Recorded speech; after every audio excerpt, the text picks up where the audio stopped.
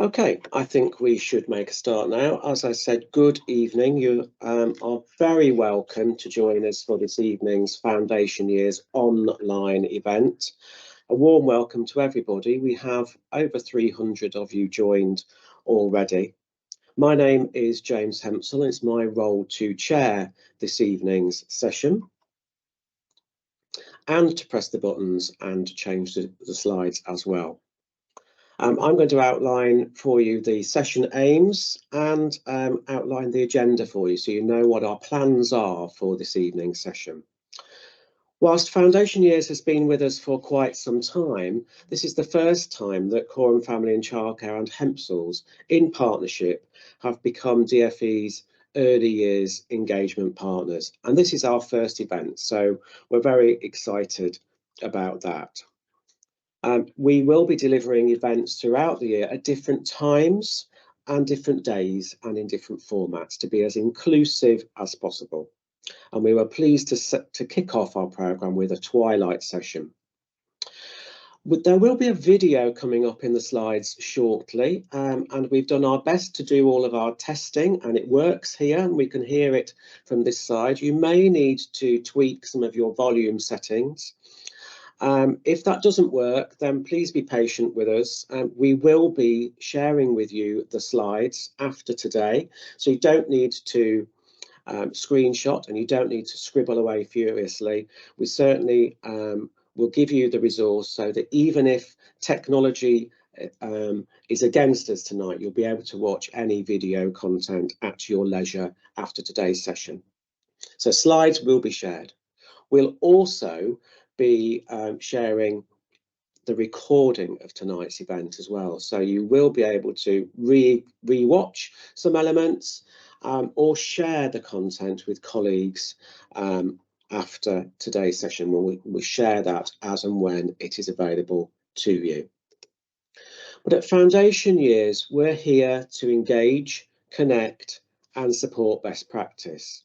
And even for our first event, we were absolutely thrilled to see that all 1,000 places were booked up. It's a free online event, but nonetheless, it was wonderful to see such levels of engagement. The session, as I've said, will be recorded. Slides will be shared on the Foundation Years website. So our aims specifically today are to share our plans for Foundation Years over the next year, and for you to be able to receive an update from DFE directly on their digital support programmes, and to focus on an EYFS practice topic and to discuss that as a group afterwards. So tonight's agenda looks like this. After the welcome and introduction, I'll be passing to my colleague Megan Jarvie at Coram Family and Childcare, who will take us through our plans for the new era for Foundation Years and the opportunities for getting involved with that. After which we'll hear from Emma Wilson from DFE, who will talk about the early years child development training that's in development and the early years COVID recovery updates. After which we will dedicate time with Jan Dubiel to look at EYFS practice topic. And this session's topic is around observation leading to meaningful assessment, particularly in a less paperwork era, if you pardon the expression. After which we will have some opportunity for discussion and comments and response. Now, this is a Teams webinar, simply because of the amount of people on it, which means it's much easier for us and to receive your comments and thoughts via the chat functions. Simply too many of you to allow for cameras and microphones. We'll leave that to other events. It's the best, most practical option and for your user experience. So we can't see or hear you on screen. That might be a relief to many of you. We know that early evening sessions, we're all juggling all sorts of things to do. But we do strongly encourage you to share your thoughts, your comments, questions, requests, and ideas using the chat function on the Teams right at the top. If you can't do that, we've also opened an email inbox, which is FY fy@hempsals.com. Quite easy to remember that one, fy@hempsals.com. And that's your route to us for events now and later. So do use that when you need it. We'll also be putting in the chat towards the end of the session a quick evaluation survey, an online survey. And again, that it allows you to share your thoughts, requests, ideas and questions. All engagement from you will be read tonight and later afterwards. It will be considered and it will be reported to DFE verbatim and used to shape the work of foundation years. Our priority as a team is to acknowledge, to openly listen, and to engage, connect, and share practice in the early years. So that's the welcome and introduction. Next up is my colleague Megan Jarvie from Coram Family and Childcare. Megan, good evening. Good evening, James. Thanks for handing over. So, as James says, I'm Megan. I'm head of Coram Family Childcare, and I'm really excited to be working with all of you as part of Foundation Years. It's absolutely fantastic to see so many of you here today for this first in a series of engaging and exciting events we have up our sleeve for the year ahead. And that's exactly what I'm going to be talking to you about this evening, what this new era for Foundation Years looks like. Coram Family and Childcare and Hempsals have come together to bring you the strengths of our two organisations. We share a passion for the early years and working collaboratively with the sector to change young lives. We're now 2 months into this new partnership, and it's been really exciting to bring our ideas together between the two organisations and the Department for Education to continue to push and develop what we can offer you. It's a partnership that really feels stronger than the sum of its parts, and we're working together to understand your needs and then to meet them for the whole of the early years sector. So let's get started on what these plans actually look like and what our approach is like. Our approach is very much strengths-based. It's about recognising what immense knowledge and experience exists in the EYFS community, and it aims to provide a platform for this expertise. It's based on 3 elements: engage, connect, and share best practice. We're here to engage. This is a 2-way dialogue where we'll discuss key topics, listen to different insights, and respond meaningfully. It can be a place to share, learn with others, and celebrate ideas. We're here to connect you to the information you want and need in the way that works for you, and to help connect with each other and the people and experiences that are most helpful for you to know about. And we're here to share best practice. Foundation Years is a community of expertise and learning, and we want to facilitate the opportunities for you to hear about and celebrate the fantastic work that's taking place. And how are we going to achieve that? What are our aims? We are going to provide you with the news and updates on policy and practice. We know that things can move quickly sometimes, and it can be hard to stay on top of the latest evidence and examples of practice. We're here to try and make that a bit easier. We're going to provide online and face-to-face events, so you get a chance to hear about these updates, best practice, and to learn from each other and to get into some of these issues in a bit more detail. These events are here for engagement, so to hear and to be heard. We aim to make information easy to access. It's quite easy to get lost in all of the evidence that's out there and all of the information about early years. And we aim to make it as easy as possible for you to find the information that you need that will help you make tangible improvements to practice. And we aim to support the community for the whole sector. So that's anyone working with the EYFS from the first days of studies throughout your careers. And it really is one of the key things about Foundation Years, about celebrating that breadth of the sector. It's a real driver for us.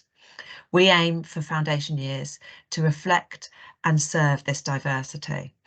Whatever setting you work in or with, or whether you work from your own home, whether you work directly with young children or supporting those that do. It's a broad community, we know that, but it's united by a passion to bring the best for children. And we know that needs and preferences are going to vary a lot in this varied sector, and we're going to do our very best to meet these needs. So now I want to give you a bit more detail about our plans for the year, because we have a lot planned. And we don't expect everyone to make use of everything that we're providing, but we hope that by offering this range of different ways of getting involved, you'll be able to find one or more than one way that works for you and meets your needs where you're at. So events, this is our first event of the year, and we're aiming for 4 online events and 4 face-to-face events through this year. The first face-to-face event is going to be taking place in London.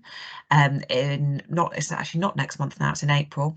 And there'll be further face-to-face events in Birmingham and Manchester. The in-person and online events will both be running at different times of the day and the week to match different needs. And we're going to have a range of different speakers as well.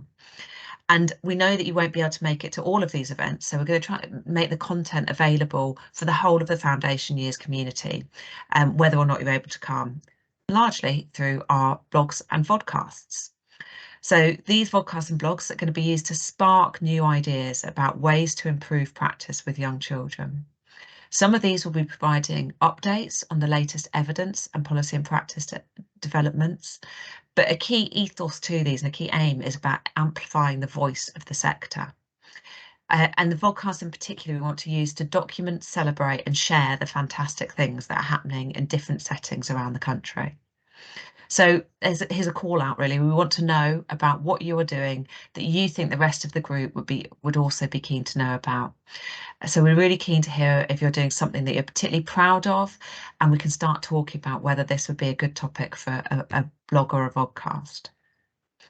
So we also have the website. Acts as a key hub for storing all the information that can be helpful to you.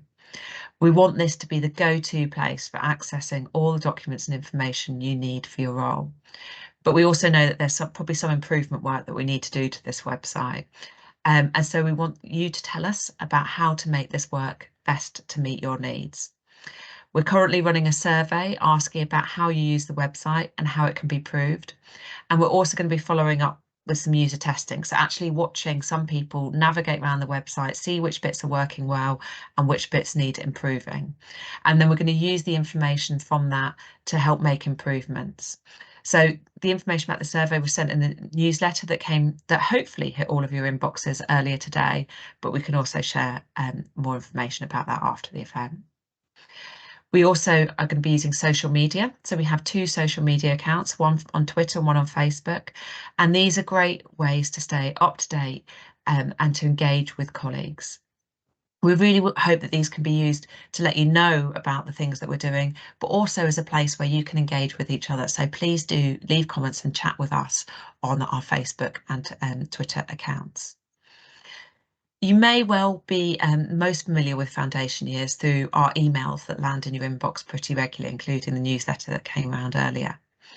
We will keep on providing these monthly newsletters and regular news flashes with things that we think you will need to know or will be interested to know or might just be fun and interesting to hear about. We're also going to be looking at how we can make these as engaging as possible and providing you with the things that you want to know in the way you want to know them. And then a new thing that Foundation Years is going to be doing this year is newsletter lives, where we're going to be hosting short online discussion sessions to bring items from the newsletter to life. And the first one of these will be discussing the Early Years COVID Recovery Programme and coming your way in March. So lots coming up and lots of different ways of getting involved. And if we go to the next slide, James, there's all the details about the different ways that you can get involved so that you don't miss out on anything that Foundation Years has to offer. There's the website, and on that website you can also sign up for our regular newsletters and news flashes.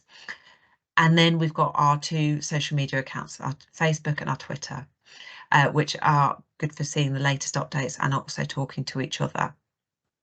I'm aware that probably you might only be using some of these at the moment, so it's worth having a look to see whether there's something for you in some of the other channels that could meet your needs or perhaps meet your needs better than the way that you're currently engaging as well.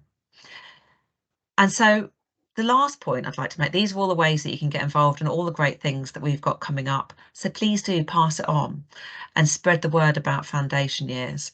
it is a community, and the more people that are involved, the stronger it is, the more people you can hear from and share ideas with, and that's what really strengthens the community. So please have a think about if there's anyone else that you think would also benefit from being involved in foundation years. And other than that, I'm looking forward to working with you for the rest of the year. Thank you very much, Megan. I was delighted just then to see how many new Twitter followers we've attracted during your presentation. So you did something right there. Welcome to our new Twitter followers. But now moving on to shine the spotlight on two areas of the Department for Education's work. First, the Help for Early Years providers platform, specifically the Early Years Child Development Training, which is an online programme, and the COVID recovery support. So I'm delighted to welcome Emma Wilson, who I'm hoping her camera and her mic. Yes, here we go. Yes. Emma, over to you. Thank you so much. Thank you. And thank you everyone for attending our first Foundation Years online event of 2023. It really is fantastic to see so many of you join us, and we really appreciate you taking the time out to engage with us this evening.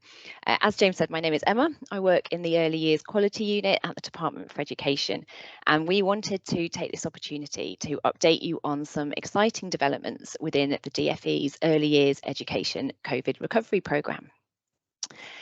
So firstly, on the 9th of February, we launched a new and universally accessible online early years child development training created for childminders, staff in nursery and PVI settings.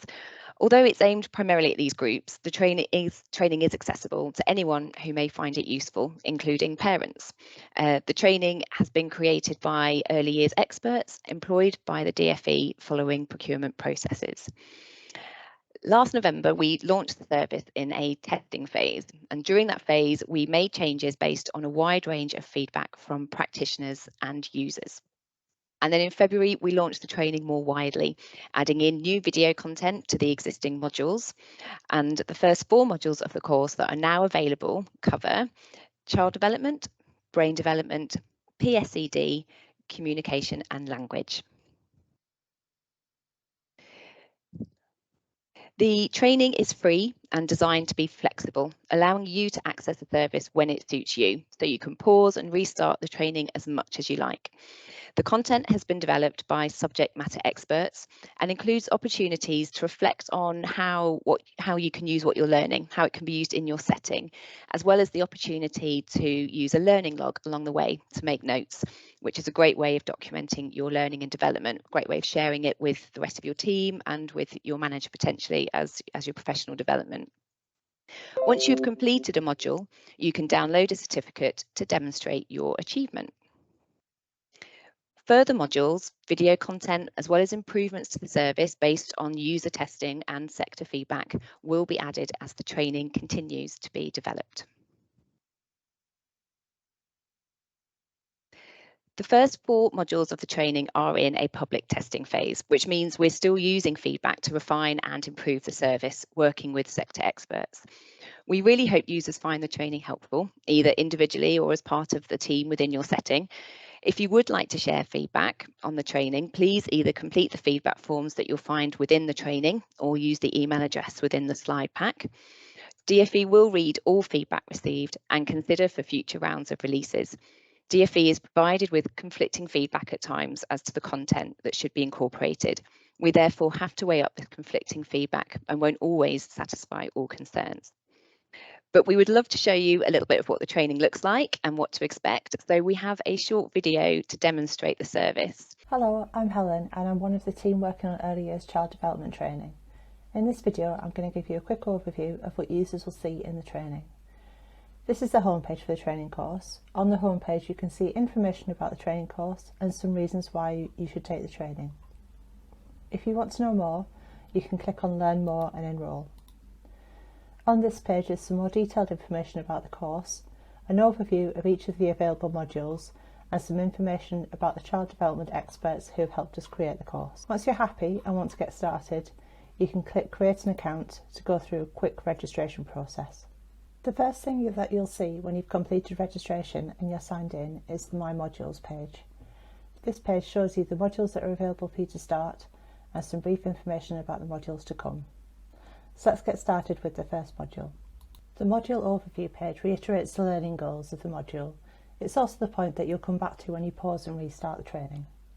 So this is the What to Expect page. This tells you what to expect during the training. It tells you that there'll be an end of module test, so that isn't a surprise when it comes, and that you'll be able to get a certificate. It also tells you that your progress is saved automatically, so you can work through the content at your own pace, and if you need to step away, you won't lose your progress. There's also information for people who may have difficulty accessing the internet, and it tells you that there'll be learning checks throughout the content. So now let's click through a few pages of the learning content. There's a progress bar at the top of the page so you can see where you're at any point in the training. We've also tried to make it practical for users, so we've included features like reflection points and in your setting prompts. So this is a reflection point and it encourages users to think about what they've read, think about how they can apply that in their setting. And there's an opportunity down here for you to write that into your learning log. And you can go to your learning log from the top of the page, and that's available throughout the training. As I mentioned before, we've got learning checks throughout the content. So this is one of the learning checks, and it's just to check that the users read and understood the content on the previous pages. And then you get either that's right or that's not quite right when the answer comes up, and it shows the answer whether you've got it right or wrong. On this page we've got an example of one of the in your setting prompts.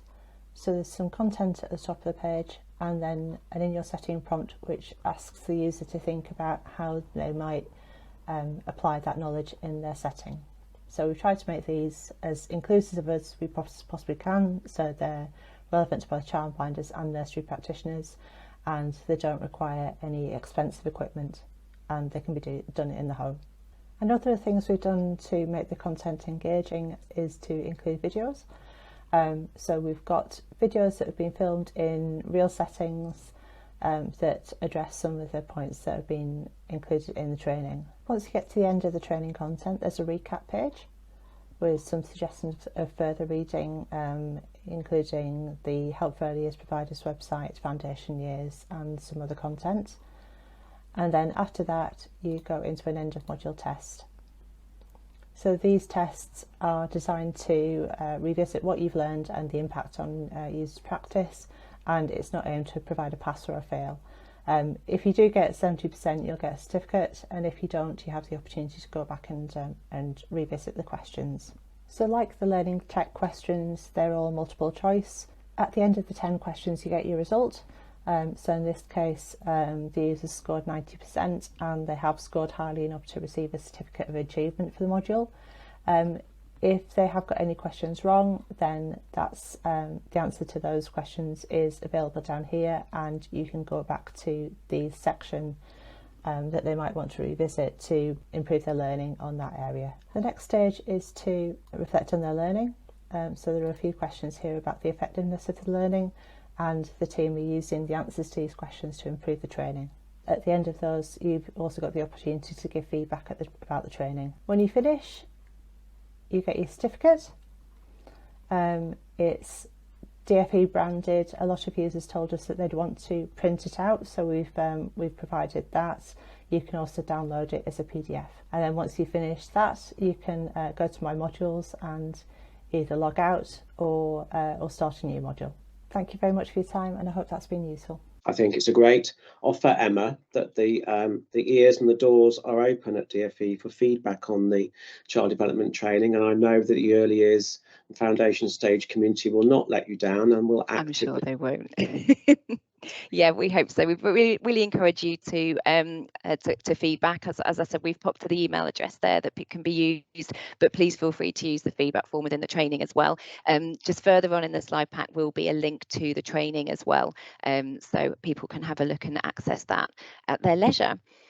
So am I okay to continue on with further update, as the early years child development training is just one strand of a very busy early years recovery programme, and I would like to provide a quick update on where these programmes are currently up to.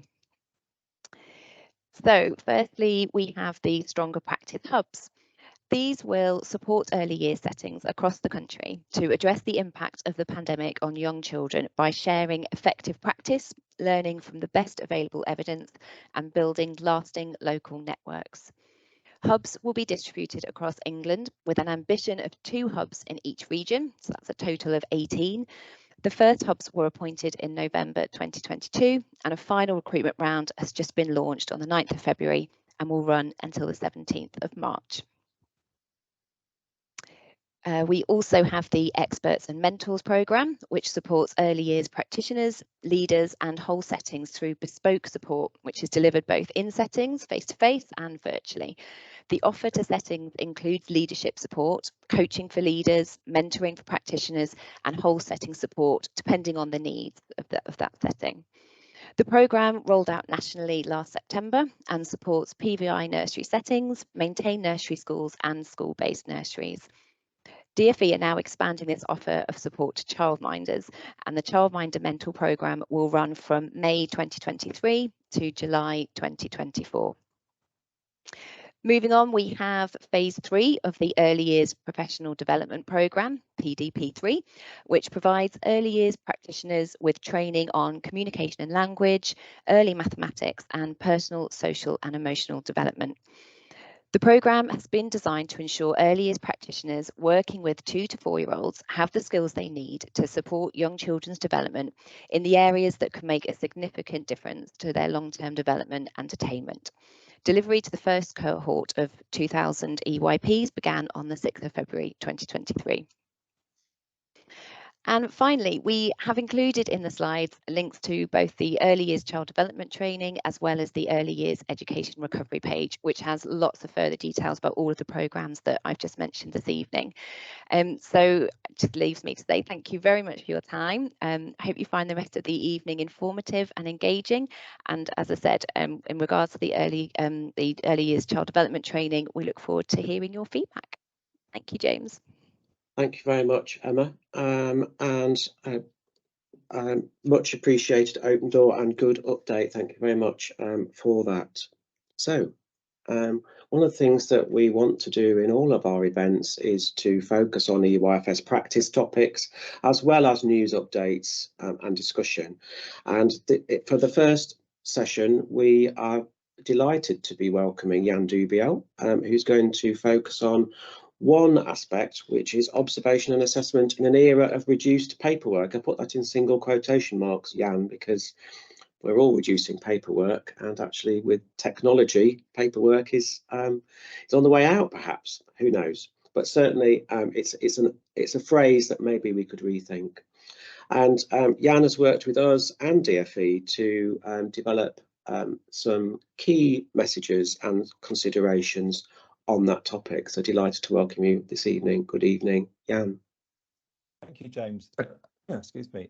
Thank you, and welcome to you all. Fantastic to see so many of you coming out or staying in for an evening to get a bit of input around early years. So as James said, my name is Jan Dubiel. I'm an early years specialist. I've been in the field for over 30 years, primarily as an educator. I was a nursery reception year 1 teacher for many years, then as an advisor, consultant, and various other roles, including, and I'll come back to this, a very interesting period when I was in charge of the EYFS profile at what was then the DCSF, the forerunner of the DfE. So throughout my career, I've been really interested in the whole idea of assessment and the whole idea of how we represent children's learning, but also how that fits into the pedagogy and approach we have. And Megan talked a lot actually about how knowledgeable the community is, how it's a community of experts, and how much knowledge and experience you have. And I want to really build on that, because what I want to describe is how assessment fits into your everyday practice, and to be aware of that and to be confident about that. One of the things I really like about the EYFS, we can't call it the new EYFS anymore, but the EYFS that we had, is how that has shifted the focus back onto professional judgment, and how under the subliminal text of this is to ensure that educators and practitioners are confident about what they do and proud of what they do, obviously, but confident about them, confident to take judgments and confident to make decisions. One of the pieces of research I'm fond of quoting is that as an early years educator, you have in the region of 1,000 interactions every single day. 1,000 interactions. It's why the job is so demanding and so exhausting, because you are continually processing information. Some of those interactions aren't necessarily verbal, they're gestural, they're through body language. Sometimes not interacting is an interaction, and so on. So you are continually processing and providing information for children. That's a key tenet of what you do. Now, fundamental to that is the role of assessment. What do we mean by assessment? Assessment is knowing and understanding children. It's knowing children so you can support their learning. Now, one of the things I think we need to do, and we're on the journey to do that, is to delineate that from the process of recording. And this is where the title of this presentation comes in. So I want to talk broadly about the arena of assessment, how we understand it, how we use it. And I'm really hoping that 80–90% of this is going to just give you a reassurance and confidence about what you're doing. You are doing this all the time. Every time a child comes up to you and tells you something or shows you something, or you see something out of the corner of your eye, you are making a judgment about that child's stage of development and what they need next. And that's the essence of what assessment is. But the motif we want to look through it is, as James said, the kind of anachronistic now view of the idea of paperwork. And I think what that symbolises is the potential bureaucracy around what we do. And sometimes the mistake to think that what we record is actually assessment, and it isn't. Alfred Krzyzewski, who was a philosopher, said once that the map is not the territory. What we know about children isn't always represented by what we document, what we photograph, what we write down, what we record. That knowledge is kind of intrinsic and implied in terms of what we do. And that's a really important place to start. So I want to talk a little bit about that. And then I also want to walk you through, to surround that, what it says in our statutory guidance and our statutory framework. So it's worth starting in that vein. It's worth starting with the reforms, the sort of background to the reforms, which is now some time ago. And one of the key tenets of that was about reducing workload. And one of the things that came out very strongly in the information that was feeding into that review was some of the culture around what was described as assessment, and what they were talking about was recording. Educators and practitioners spending a lot of time photographing, recording, writing down, to the extent that it took them away from interacting with children. And that was the critical issue. To put it in a very blunt terminology, your job is to interact with children, because that's what makes a difference to their learning and development. Our assessment informs that, but it's that use of assessment, and I'll come on to talk about that in a minute, that is so important. So we wanted to, the review wanted to make sure that there was a clear understanding, and again, this feeds into that role of professional judgment, that people weren't thinking they were spending time because they thought they had to, and that was actually taking them away from the job they should be doing, which was interacting with the children that they work with. So assessment is described quite clearly in the document as what enables practitioners to recognise progress, understand needs, and to plan activities and support. And again, that's the essential definition of assessment: to know and understand children so that you can support that learning as it develops. And like I said, in those 1,000 interactions a day, you build up this massive well of knowledge and understanding about individual children in your setting, or individual children that you work with. And excuse me, here we are at the end of February, kind of halfway through the year. I'm sure if I asked you to pick a child that you work with and tell me about them, we would still be here an hour later. You are building it up, that information, and that is assessment. That is understanding where they are in order to support it. So as it says in the document, ongoing assessment, what we sometimes call formative assessment, is an integral part of the learning and development process. And it's worth saying you cannot teach and support learning effectively unless you assess effectively. Because if you don't know where children are and what they need and where they need to go next and how they need to go next, then you cannot do that effectively. So it works into those interactions. Each time you interact with a child, you are drawing upon your knowledge of the child, your assessment of that child. And again, that is an intrinsic internal process. It's not necessarily written down. And actually, I would say most of what you know about children is not recorded in any way, because you're with them every day, and that builds up that knowledge. And we should be confident of that, because one thing that early educators do brilliantly is they know their children. They know their children intricately, what inspires them, what they're frightened of, how many pets they've got, what their parents do, all that kind of information feeds into constructing that view of the child, and that's what we draw on.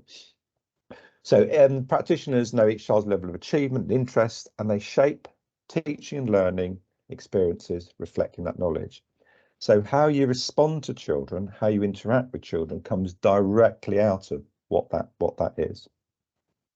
So if we go on,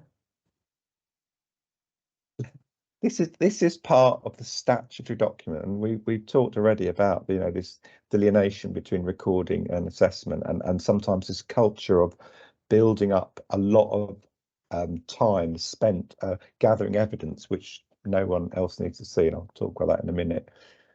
So this is what it says. This is what it says in the statutory guidance for UIFS. It should not entail prolonged breaks of interaction with children, nor should it require excessive paperwork. When assessing whether a child expected level of development, practitioners draw on their knowledge of the child and their own professional judgment. They should not be required to prove this through physical evidence. So if we think about how assessment feeds into teaching, you work with a child, you gather information about them, you don't necessarily write it down, through your interactions, and from that information you then interact with them to support their learning. Now that's a process that you are doing all the time, 1,000 times a day, and that is almost an internal, sometimes almost subconscious process. Nobody needs to have the evidence for that, because it makes the job impossible. The only evidence you need, and I'll talk about that later, is what helps you understand your children better. When you make a judgment about a child's level of development, their interests, the next phase of their learning, that is a well-informed professional judgment that you are making. The only person you need to evidence that to is yourself. So we need to really wrestle that away from the mythology around what we're supposed to do. We are in the classroom or the setting, we are working with the children, we are making those decisions, and we are responsible for them, and we do not have to evidence them in any kind of physical way, to the extent, certainly to the extent that we have been. So that leads us to, I suppose, the idea of how that works, and I want to unpick that a little bit as we go through, because that's important too. So we often talk about this idea of educator-led assessment, or educator-led observational assessment. So in early years, there is a long, rich tradition of observing children to watch them, and from that to glean information about them. And certainly when I trained many years ago, the emphasis was very much on that you took an almost passive role from that. You stood back and you watched what happened. And that is actually very important and a really useful way of finding things out. But what we have also found out is that sometimes your interactions with children help you find information that you wouldn't otherwise have got. So again, this is about professional judgment. We're not required to stand back and to be passive and to just record things or to just watch things. If we think our interaction is going to help that child or help us find out more about the child, then it's absolutely our responsibility to do that. So again, this comes back to there's no right and wrong to this. There's no template or percentage of doing that. It's about your judgment as an educator, as a professional, as to what will be the best thing to do in that context, in that time. So we talk a lot about observational assessment. If we could go on to the next slide, thank you. So as I said, a rich tradition of doing that in early years, a rich tradition of standing back and watching children, sometimes interacting, sometimes standing back. And again, that's a judgment you make. The issue isn't how much of that you do. The issue is, the question is, how well do I know these children? Some children, you do need to interact because you need to tease out that information. Some children you can stand back and watch them, and they tell you hundreds of thousands of things just by what they're doing, how they're interacting with other children, what they're doing. Sometimes children talk out loud and narrate what they're doing. And again, that gives you information, but you make your judgment to do that. But what makes observational assessment so important is understanding how that works in practice. So what is it? It's selecting and processing authentic information. You know your children really well. You know what's significant for those children. You know when they make that jump or that leap or that step from one developmental phase to another, or they show you a piece of knowledge. And those are the things that you home in on because you know the children. It's based on that knowledge. As I said, it often happens during periods of interaction. We need to be brave enough and confident enough to say, I'm watching this. If I ask them this question, or if I give them this resource, or if I give them that provocation, how will they respond to it? And what will that tell me about that child as a learner? And all that helps you understand them even better. So it's a skillful process of identifying learning, and it's both deliberate and intuitive. Those 1,000 interactions you have every day build up. And I think I worked it out once. I think if you've worked with children for, I think it's 3 and a bit years, it means you have had 1 million interactions with children. Now, when you interact with children on the basis of that, you are subconsciously drawing from all that experience, all that knowledge, all that expertise about you as an educator, but also about the children that you work with. So sometimes in the flow of that interaction, when you're using assessment, it feels intuitive, it feels instinctive, it feels like it's just almost a gut instinct. Actually, there's a lot of evidence that shows that's not something flimsy. That's actually you subconsciously drawing on what you know about children. But because it's happening so quickly, you're doing it almost subconsciously. And there's a really good book called Sources of Power by Gary Klein, where he talks about that decision-making process and how you draw from those kinds of experiences. And I think it speaks very loudly to what we do in the cut and thrust of those 1,000 interactions every day. We don't always consciously and deliberately think about things, we react. And actually, that's drawing on that kind of information. And it's often not clear cut. Children are idiosyncratic. They see things in a different way. They see things in a very unique way. Often there are huge gaps in what they know, which is why they come to early years settings. And what they don't know, through their creativity, they make up. So often you're trying to follow what children are doing, and it can be quite difficult because it's so unique and so unique to those children. But by doing that, you get to understand them, you get to understand their thinking, and that becomes really, really important. So,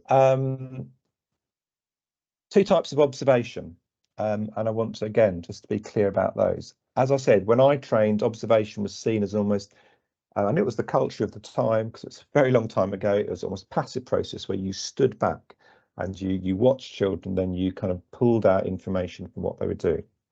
And I think our thinking has moved to say, actually, as I said, interaction is an important part of that as well.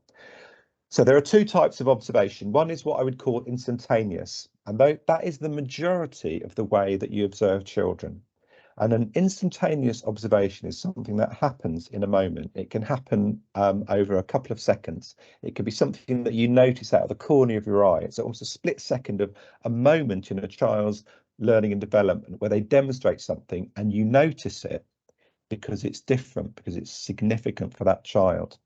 And much of how you build up information is that way. Sometimes you may not even consciously realize it, but it feeds into that construction you have of the learner. And later on, when you're thinking about the child, you think, oh, yes, I saw them do this, or they said that, or they use this vocabulary, or I saw them share a resource, which they haven't done, their favorite resource, which they haven't done before. These are all significant things about it. However, there is a place for what I've described as the extended or detached observation, and that's where you do stand back and you do observe children. Now, it used to be that was part of the culture, that you had to do that, and we even used to have, you know, assessment times, or each child was focused on for a particular amount of time. But actually, because that wasn't based on professional judgment, because that was almost a template, it wasn't always very effective. So when would you use extended assessments? When you can't answer the question, what do I know about that child, as well as you can for other children. So sometimes you need to tease that information out from children, or tease information about children so that you can understand them better. Now, in every setting, you will have 2 or 3 invisible children. If you want to know who your invisible children are, just write from memory the children in your setting or in your class, and you'll get to the end and there'll be a couple of children missing. You think, hang on, who am I missing? Oh, yes, it's so-and-so and so-and-so. And those are your invisible children. Now, invisible children exist on the periphery of things. They're sometimes not very vocal. They're not always telling you things. They're sometimes quite guarded. And those are the children who sometimes slip through the cracks in your information. So when you're thinking about their learning and development and you think about your children, suddenly you can hit a bit of a wall and think, actually, I don't know.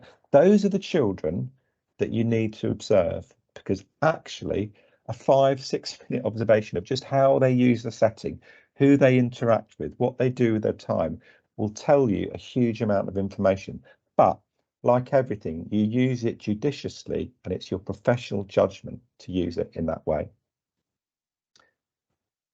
So observing children is complex, and one of the criticisms, justified criticisms of observational assessment, is it's subjective. It's what we think and what we bring as adults to that, and we overlay it on children, and therefore the information that we get is seen through the lens or the prism of what we think. Therefore, it's not genuine and not authentic. And that is a valid criticism, and we need to be really cognizant and vigilant about that.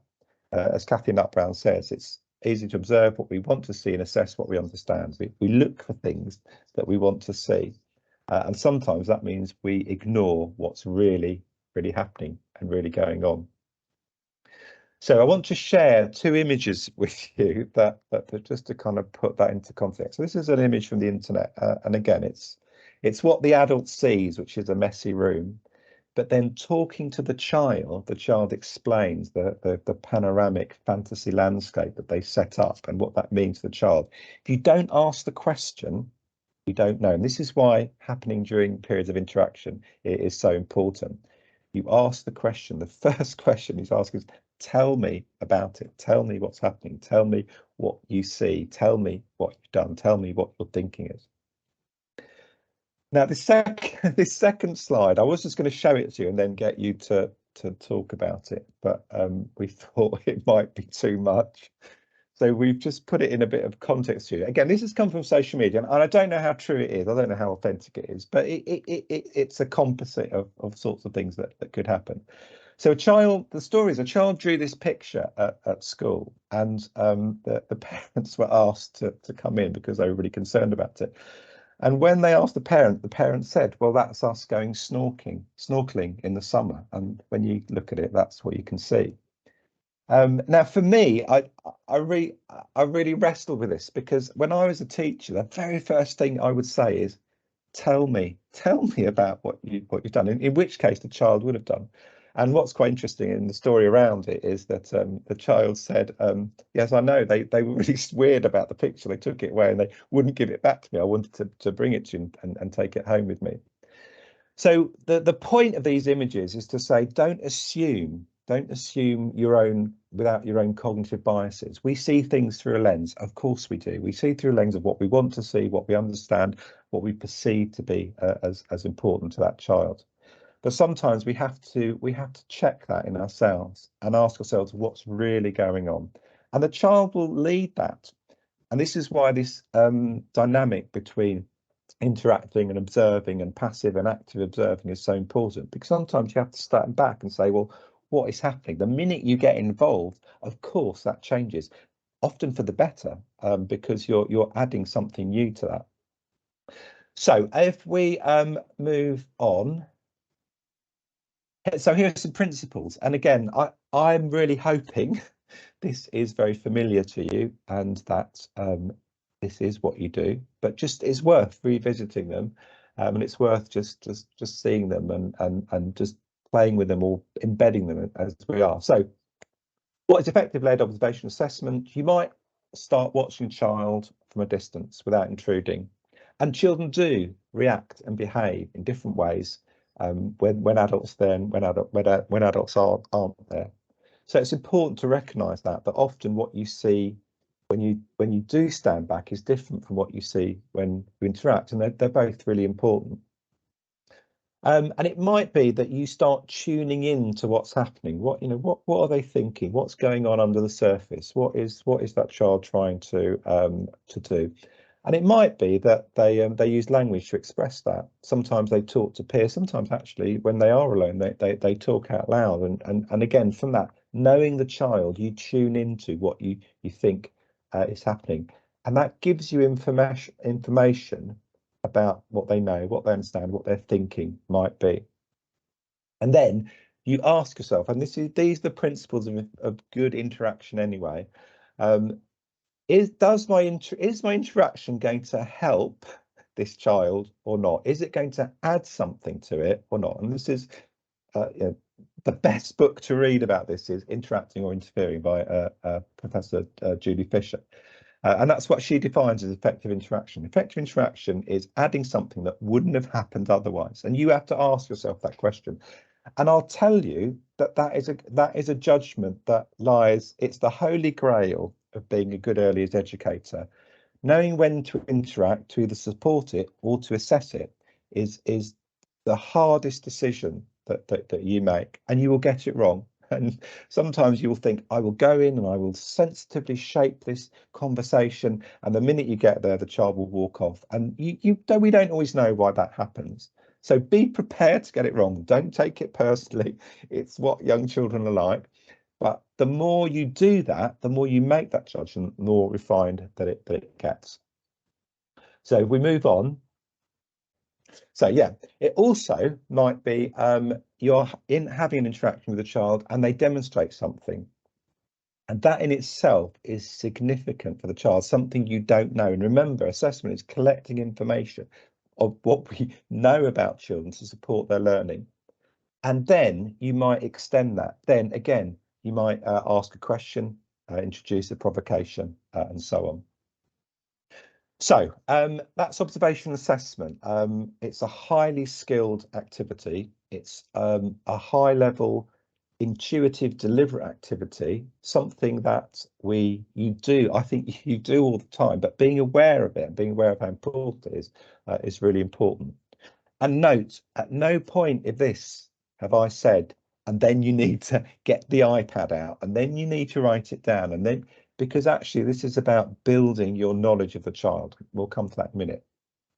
So that leads us to what we do with those assessments. So how do we use that information that we have? We're building this up all the time. How does that work in practice? What do we do with that? So part of that, go to the next slide, is what we call formative. So formative assessment is how we form information to support learning. Sometimes that is immediate. Most of the time that is immediate. It's part of a dynamic, part of that sort of dialogue that you have. But sometimes it's also strategic, and I'll explain what that means in a minute. So if we go on to the next slide, formative assessment is about what I describe as invisible moments of possibility. So what does that mean? It means that as an adult, we know a little bit more than the children.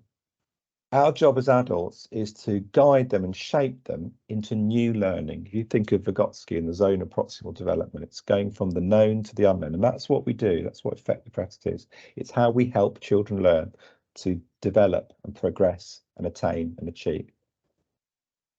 As adults, we know what might come next, but that's invisible to children. Children don't necessarily know what might come next. So it's our job to make the invisible visible to children. And by watching them and working with them and talking with them, we see what might come next. What might be the next step, if you like, in the learning? What might be the next piece of vocabulary that will help them explain something? What might be the next action or physical activity or question or provocation that might help them? So most of the assessments are used in that way. And again, we're still not talking about recording. This is about what happens in that dynamic. It also feeds into a more strategic picture. And what I mean by that is from this, you identify possibilities for future learning. You see what interests and fascinations children have, and you think, right, there's a real buzz here going on around natural materials. I'm going to make sure we really bring some different challenging, unusual, unique natural materials in, because there's a real interest about it and it's really generating interest. And also it enables us to be accountable, and we shouldn't be afraid of that. Are we accountable for what we do? Absolutely. We all say, don't we, that early years is the most significant period of development. If we get early years right, it saves time later on. There's huge longitudinal research which shows that, including our own EPI study. So if that's really important, we need to make sure what we're doing is the right thing. And having a good sense of how that development works is a really good way of doing that. So just to kind of unpick that a little bit, that process of interaction and that process of supporting it is really rooted both in theory and in evidence and research. So this is from the EPI study from Effective Pedagogy in Early Years, where they talk about this idea of extension and sustained shared thinking. And that comes directly from that idea of invisible moments of possibility. Where can the child go next? How can that be supported? And using our knowledge of children, our assessments to do that helps that to happen. So if we go to the next slide, this is also from the EPI study. And again, this, for me, this is a really significant dimension of what we do and something we need to be really aware of. This is the study says, or the study showed, what was the difference between good outcomes and excellent outcomes for children in the broadest sense. And so the yellow bar is adult-led activities.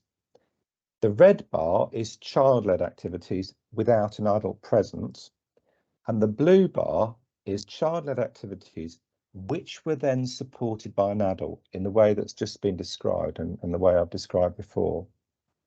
And the difference between good and excellent outcomes was the difference between the red bar and the blue bar in that chart. In the settings with excellent outcomes, there was more incidence of adults supporting children's learning. So they would step in, they would take the decision to step in, and they did that through their knowledge, their intrinsic and intuitive knowledge of children to do that. And that's where assessment becomes so powerful. It helps us take those children into the next step and phase of learning. So just conscious of time, we're fine. So if we go on to the punchline for this whole presentation and this whole input. What does that mean for recording and documenting? Because what I've said throughout is much of this is intuitive. Much of this is about you as an educator making professional decisions on what you find out and what you recall and access about children. So does that mean we never record or we never document? No, that's not true either. Excuse me. But as with everything else in the EYFS, this is a professional decision for you as an educator. And what you choose to record and document is a decision that you must take. And it will be different for different people. It will be different for people at different points in their career. It will be different for people who have very good short-term memory and people who perhaps don't have as good short-term memory, and so on. We often talk, I mean, this is another issue, we often talk about the unique child as one of the cornerstones of the EYFS.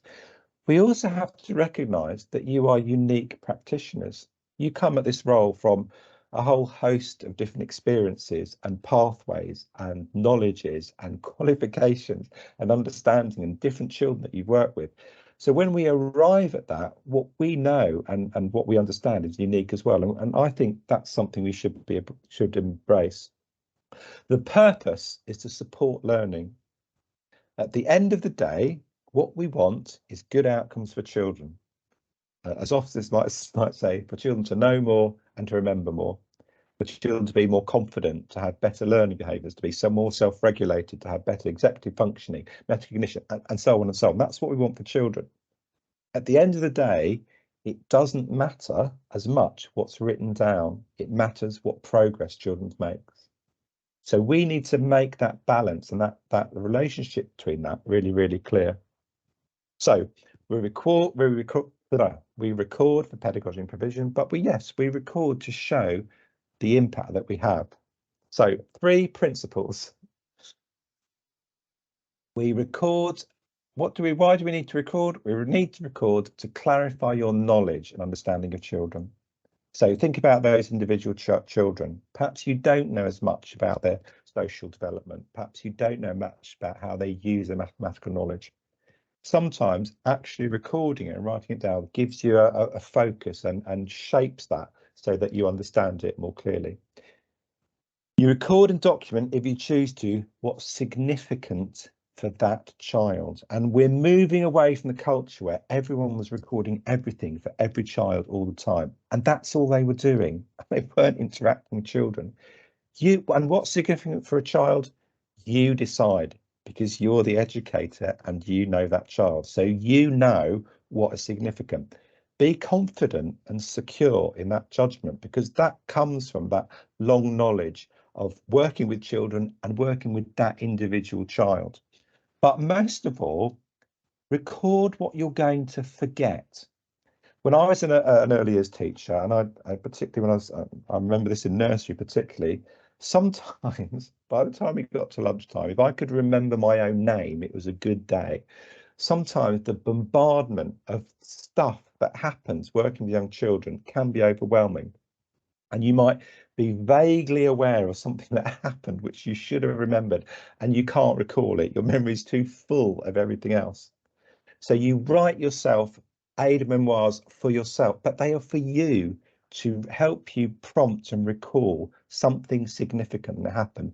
And it might just be a word, a name, and an area of provision, or a resource, or something that says, oh yes, that's what happened. Do you remember when this child did this? That was amazing. They've never done that before. But these are all your decisions. You decide how to do that. The purpose of that is to help you understand those children so that you can support that learning going forward. That is the bottom line of what we do. So again, so just to finish off a little bit with some principles. You are assessing all the time. Every time you talk to a child, every time you watch a child, every time you're in the presence of a child, you are making subconsciously judgments about that child. So assessment is an ongoing feature. Recording and documentation is not assessment. It is bits that you decide to pick out for the reasons that I've talked about. And there is no correlation between the quantity of records that you have and how well you know the children. In fact, there's an argument to say the more records you have of children, the less well you know them, because you're spending time building up records and documentation. What you know about each child is more important, and actually, as I said, that is much more intuitive. So just to finish up, last 2 minutes, we're in time. I just want to talk you through some of the documents that you will be familiar with, and some different ones just to kind of aid that process. So first of all, that is our statutory framework. That is our legal document that shapes and defines what we do. So what's in there is legally enforceable, and it's what Ofsted use, it's what DfE use, and it's what we should start with. So start everything, including assessment, with what it says in the statutory framework for the EYFS. Everything around that is guidance and hypothesis and suggestion and opinion, including what I've said today. This is my view of assessment. What you start with is those statements in the EYFS, because that is what guides you and that's what shapes what you do. We also have development matters, non-statutory, but how that progress happens and how you then understand how your assessment feeds into it. So those documents should be familiar to you. But we also have two books, both written by Dr. Julian Grenier. You may be aware that he's now going to be moving to Ofsted to head up the early years curriculum team there. So that's going to be a really interesting development in terms of how early years is going to be shaped and developed. On the right hand side, there's the book, which is, you can buy it, I think, but it's also downloadable as a free PDF, which goes through the background and the understanding behind the EYFS. The most recent EYFS, I think, is a real slow burn, seismic change in how we view early years in a really positive way. I think we're pulling together a lot more understanding of how that works. So that book kind of goes through that in principle, very accessible, readable text. The other book is the book on the left-hand side is just I think it's published last month. I have to declare an interest. I wrote the chapter on assessment, strangely enough. But I would recommend everyone reads the whole book, though, because as a moment in time, it sums up where we are in terms of our thinking, in terms of where we are post-COVID, revised EYFS, just in how all of this is shifting and realigning. And certainly, it's the chapters will provoke you, but also inform you, and it just will give you a kind of framework in terms of shaping that thinking. And just a couple of things. Now, I'm going to show you a couple of things which are geared towards the profile, the EYFS profile, which is obviously the slightly older end, but I think the principles are really important ones. So this is the exemplification for the current EYFS profile. Although it is around the early learning goals, it's the discussion that the educators have with various people who are talking to them and how they describe children's learning and development, which is really significant. And I think you can transfer that to whatever age children you work with. So they're really good, again, really good motifs, really good reference points to how we talk about children's progress. And again, the amount of knowledge they have without huge amounts of tangible evidence, again, is a really significant message around that.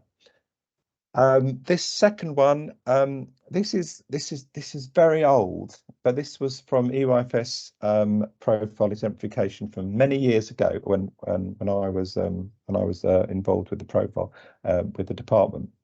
And again, they are very useful vignettes of how to watch children. Again, they are children in reception classes, so again, it's the slightly older children, but just in terms of refining some of those skills and some of those instincts and intuitions that I talked about.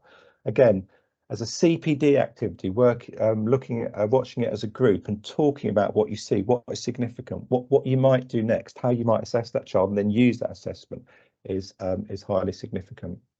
And then finally, to complete the circle, we're back to the development training, which we've looked at in detail already. Again, incredibly useful, valuable, free resource to give you a sense of how learning and development happens, why that's significant, and how alongside that, your role as the educator and the practitioner through your knowledge of children supports that ongoing learning, progress, development, achievement and attainment. And that's where I'm going to stop. Thank you very much for listening. Thank you very much, Jan, for that fascinating content and finishing on time, which always helps in an evening session. I have to say, lots of love for you on the chat that I've been managing to watch whilst I've been changing the slides on your behalf. I think, like Nikki Flintham, I could listen to you for hours. I think we both agree there, Nikki. Those of you that haven't managed to find the slides on your device, I will remind you that we will be sharing the slides for you and the recording of today's session, so you can watch it at your leisure and look at the resources and click on all of the links, watch the video clips and all of those things that resource pack offers. Good also, Jan, to hear your go-to resources, what they are. I think we all have our own go-to resources and our favourites, but it was really good to see your pick. And this group tonight are very, very good at emojis. I can see there's all sorts of rounds of applause and hearts and and thumbs up and all sorts of things happening. So thank you, Jan. As I said at the beginning of today's session, we have an opportunity for some comment and some requests and some ideas, and that's on the chat function today. We're a Teams webinar, so it means that we are unable to see or hear you because of the huge numbers that are joining. Whilst we're doing that, the link to the online survey to feedback from today's event has appeared in the chat. We'll put it in a couple of times because I can see that the chat's very, very busy and it might disappear. So scroll up and you can see the evaluation link there. Don't worry, we'll also send it out with your slides when you receive those. So do use the chat function to make comments and questions. Use the online survey to do that as well. But you may also want to use fy@hempsals.com as our email inbox for this evening and later after today, if you want to make any comments. So there's opportunities to get involved in different ways. But I wonder, Megan, you've been doing a review of the chatter on the chat and identifying themes of what's been coming up. What's your take on what the chat has been saying this evening? Everyone loves Jan as the main theme that's coming out of the chat, so that's lovely to see. There was some interesting discussion around confidence and how important that is, and I think that was a real theme that came out from what you were saying, Jan, about how important it is to be able to trust your own practice, trust your own knowledge. But that's not always recognised as part of one of the key skills in the role, which I thought was an interesting theme, perhaps to look at in a bit more detail, and particularly that line between confidence and assertiveness as well. Yes, I think particularly in the arena of assessment, where you're making a judgment about a child, I think sometimes if you overthink it or you start to attach it too much to a statement or a criteria, you can lose that. I think we are moving away from that, but I think one of the things I'm really keen on is educators do this amazing job. They work with children all day. They know them intimately and intricately, and they have all this information about them, and we really need to celebrate that, but also they need to be aware of that and be confident enough to use it. And I think confidence in the sector is growing, and I think that's a really good thing. But absolutely, I think sometimes the sort of baggage around the word assessment hasn't helped, and I think people immediately associate that with a much more sort of formalised judgment of children and so on.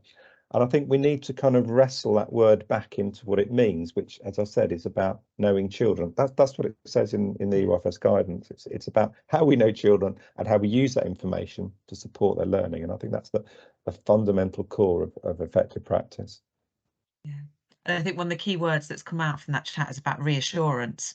That it's that ability to trust and to think that it's feeding into the trust about actually we know what we're doing, and it's reassuring to hear that trust as well.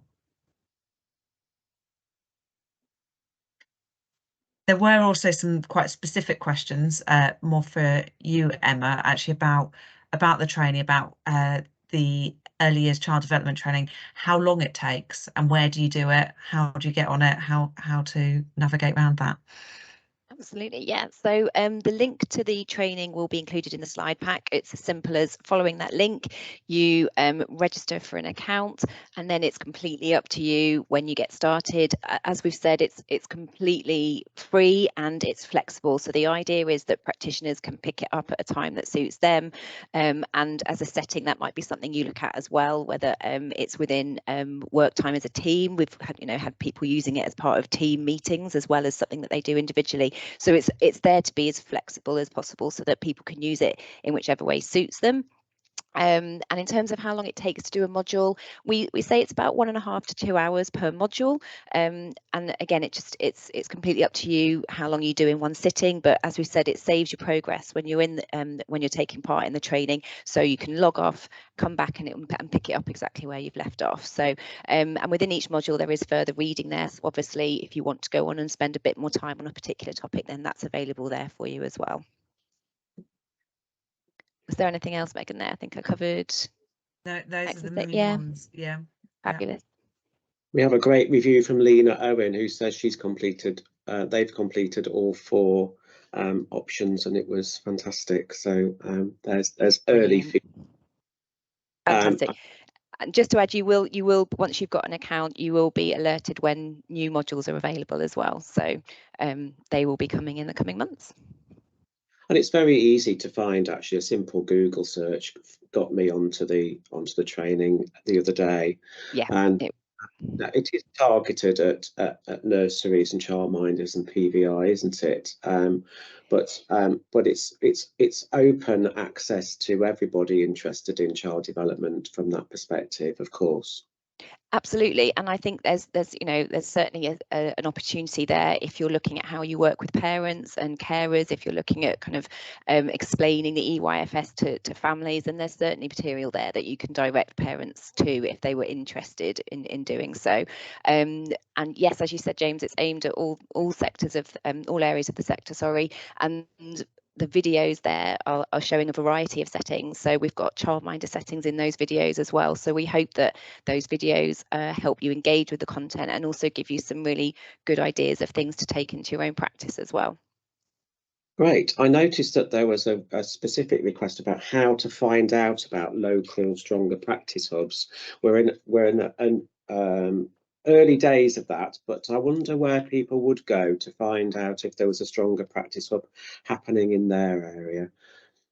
So I think the best thing to do would be to follow. We should have a link on the slides to the government recovery page, which will have a specific section there on the stronger practice hubs, and information there will be updated. And I think it's safe to say as well that Foundation Years are doing lots of alerts and on their Facebook page, on the Foundation Years Facebook page as well, lots of updates go on there. So I would, if you're not already following the Foundation Years Facebook page, I would suggest doing that. Again, you can ask questions on that forum as well, and we can keep you posted with information as it becomes available. Perfect answer. In fact, yes, you can read about stronger practice hubs in the Foundation Years newsletter and news flashes. Site, of course. So that's what we're here for, to keep people informed of that emerging detail. I noticed that there's a new round for people to apply to be stronger practice hubs happening at the moment, so more will follow as well.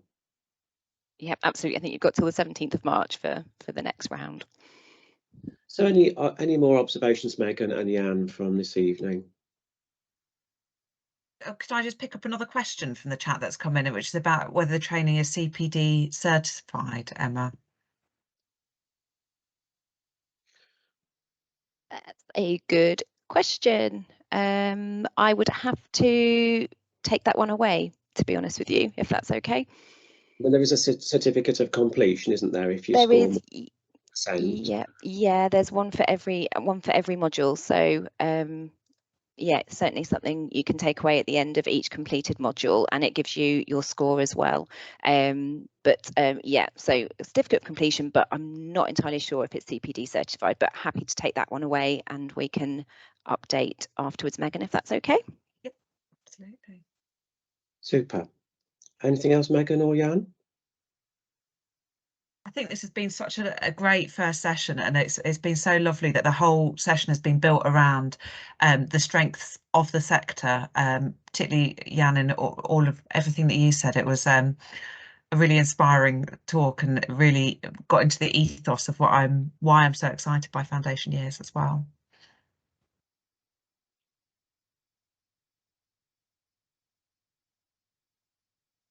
Fantastic. And some really good quotes and some really good feedback emerging on the chat at pace. I want to read some of it out, but it's going up, and it's going up so quickly. And thank you to I think Jan was just trying to come in there as well. Were you? I was sorry, I was talking away there and I was muted. So two things. One is the importance of this website as a hub of the community, as an online community. And I think the more we share things, the more we talk about things and trade those ideas and challenges and so on, I think the stronger we become. So I think that's really powerful. The other thing I would say is the importance of CPD. Early Years has got a lot of CPD available to it, free CPD, written by incredible experts who have a real depth of knowledge in the field. And I think, you know, we started this conversation off about confidence, and I think the more informed and the more understanding that knowledge people have, I think the more confident they're going to be, both in terms of their practice, but also in terms of how we articulate that to other people and explain why we do what we do. And, you know, there's a lot of, I think there's a really interesting piece of work to just raise that profile of the incredible impact that we have on lives of children, and why we need to be proud of that. And again, as I said, our judgment and our confidence in that, I think, needs to be key, and good CPD really helps that. Fantastic. Well, I'll leave the last word to you then, Jan, and thank everybody for joining us this evening. The final slide I'm sharing shows some things that you could do next. Subscribe if you are not subscribed already to the Foundation Years newsletter. Tell other people about it and encourage them to get involved, whether they're students, whether they are new to the sector in all sorts of roles, or whether they are experienced and long-serving members of the community. Do encourage others to get involved. Do complete the website survey that Megan talked about. We are very interested in looking at how we can develop the website even more. Do follow us on Twitter, and I can see some of you have already done that as a consequence of being on the session tonight, which is fantastic. Do look out for more online and face-to-face events in the diary. We've not announced those yet, but we certainly will be doing that soon. And we're very excited to bring our newsletters to life through quick, interactive newsletter lives online in the future too. We're here to engage, to connect, and to help everyone in Early Years to share our best practice. And then that final link, which has just appeared in the chat again, do make further comments known about your response to today, what it's meant to you, what you would like to see again in the future, what you'd like to hear about, what you'd like to contribute. I can see Sharon's done her survey already. Thank you very much, Sharon. It's 5 to 8. I think it's time we said thank you very much. Thank you for joining us. Have a good evening, and we'll see you soon at our next Foundation Years event. Good night, everybody, and thank you for joining us.